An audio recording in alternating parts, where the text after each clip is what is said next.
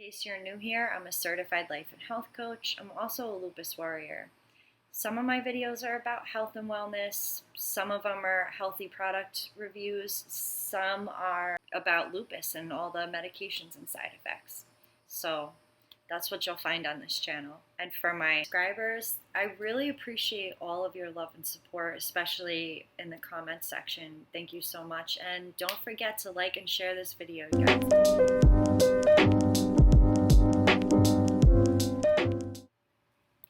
So long story short, I got some labs back that were unsettling. They did this hydroxychloroquine blood level and it came back high, and also my total iron binding capacity is high. They kind of freaked me out when I called my rheumatologist's office. They were just like, well, you either have to come in and they don't have an appointment for months and they're 3 hours away, or, if this really was urgent, then we would have called you, which they have over 10,000 patients. And yeah, okay, they would have called me. That's pretty much the answer that I got. I left an urgent message for the nurse. No one called me. This was earlier in the week. And it just seems like, this is the standard of, well, the lack of a standard of care in the state of Florida. This would never happen in New York. My doctor would have called me right away.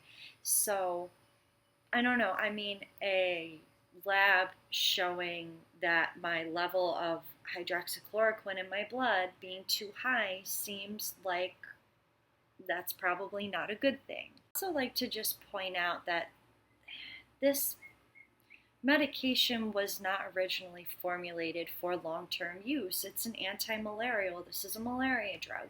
So I don't really know about the safety and efficacy of this drug in long-term use because the FDA just doesn't have a very good track record, as we've seen with the Johnson & Johnson lawsuits and just numerous others, whether it's cosmetics, medication, or even baby products. All these crazy lawsuits are going on.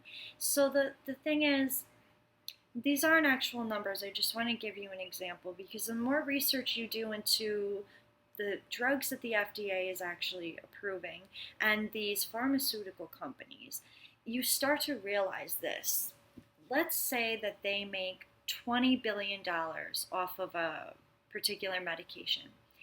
And let's say that they have to pay out a claim for $4 billion.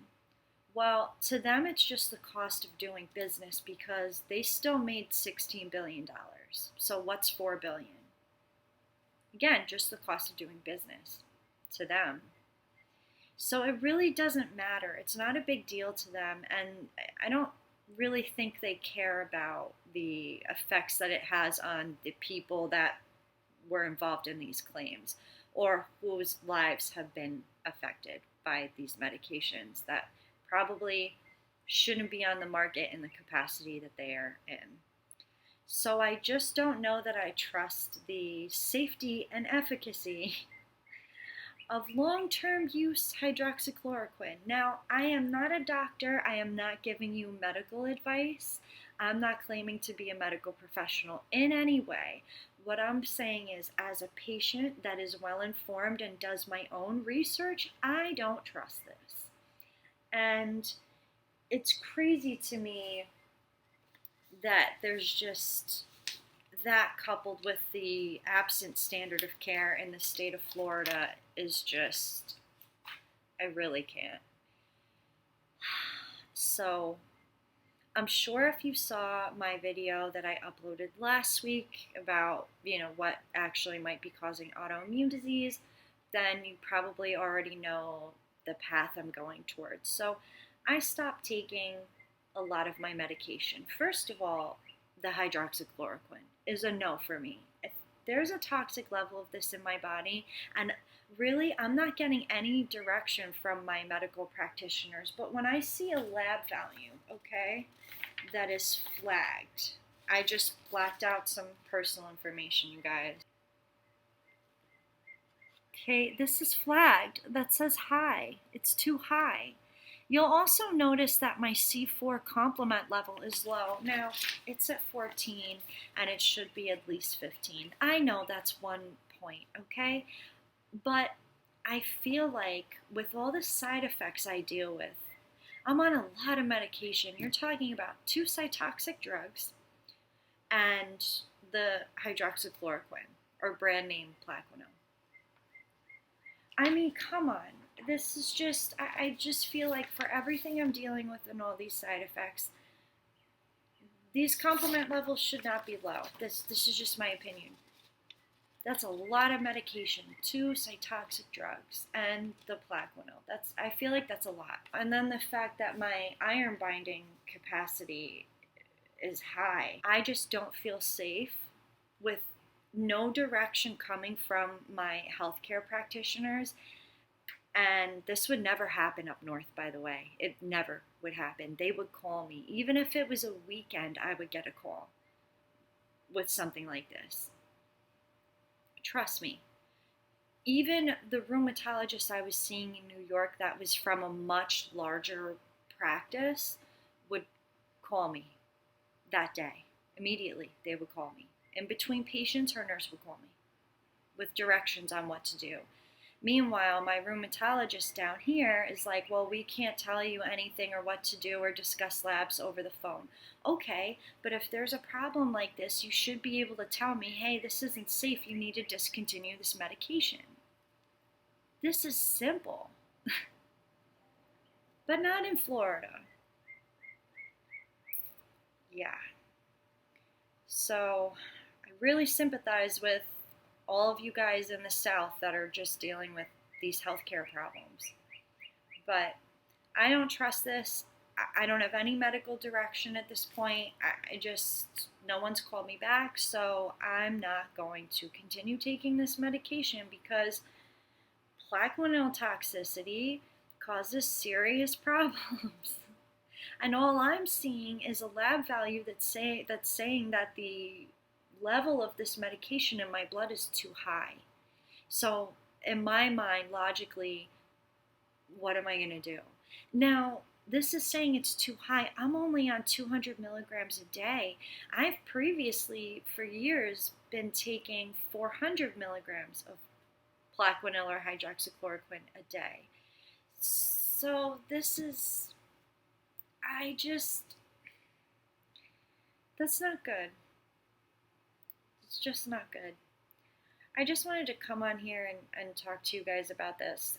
Also, I'm noticing that I don't feel like the Benlysta and the mood stabilizing medication is really working out anymore. I feel like the longer I'm on the Benlysta, the more emotionally not right I feel. So, I mean, like, my eyes don't look great. I want to go on this autoimmune protocol diet, cut out as much of the endocrine disruptors and chemicals out of my life as possible, and cleaning products, laundry detergent, everything as possible, and see if I start to feel better. So I hope you guys, like I said in my last video, continue to go on this journey with me. Again, I'm not giving you medical advice. I'm not telling you this is what you should do. I'm just telling you that this is how I feel and this is where I'm going as a lupus warrior myself. I just don't trust these medications, and I don't trust the FDA or these pharmaceutical companies at this point. I really don't. And I just feel like for the side effects that I'm dealing with and the quality of life that I have, is this really worth it at this point? Because if there's any other way, I need to find it. I stopped all my mast cell medications. The reason, now some people have to take mast cell medications because their mast cell is just really, really bad. They have no choice. But for me, I was on like an allergy medicine, famotidine for GERD, which I'll figure out how to treat naturally, just know, and the cromolyn sodium oral solution. at this point, instead of masking a symptom, I would rather let my body tell me what I am sensitive to and maybe just not eat those things than take a medication. Period. So I cut out all the mast cell medications and I stopped the hydroxychloroquine. The only medications I'm taking now are some natural supplements, the Cellcept, which I loathe taking. I can't eat. I'm nauseous all the time. It's just terrible. The Benlysta and this mood stabilizing medication. There's one more, the fludrocortisone, which is for dysautonomia or POTS. That's something that'll probably be the last medication I stop. But I don't want to be on these medications anymore. I don't like what this is doing to my body. I feel like this has long-term, sometimes permanent side effects. A lot of these drugs come with cancer warning labels like Benlysta, like Cellcept, and it's scary. And let me know what you think down in the comment section. Are you guys having any trouble with Plaquenil or the generic hydroxychloroquine? Let me know what you think about this in the comment section. I'm really curious. And don't forget to like, share, and subscribe. I'm going to be uploading a video about my meal prep. I just want to show you guys how I'm going to be doing that according to this autoimmune disease protocol. And I'll see you on that video. Stay strong, guys. I wish you all health, wealth, and abundance, as always.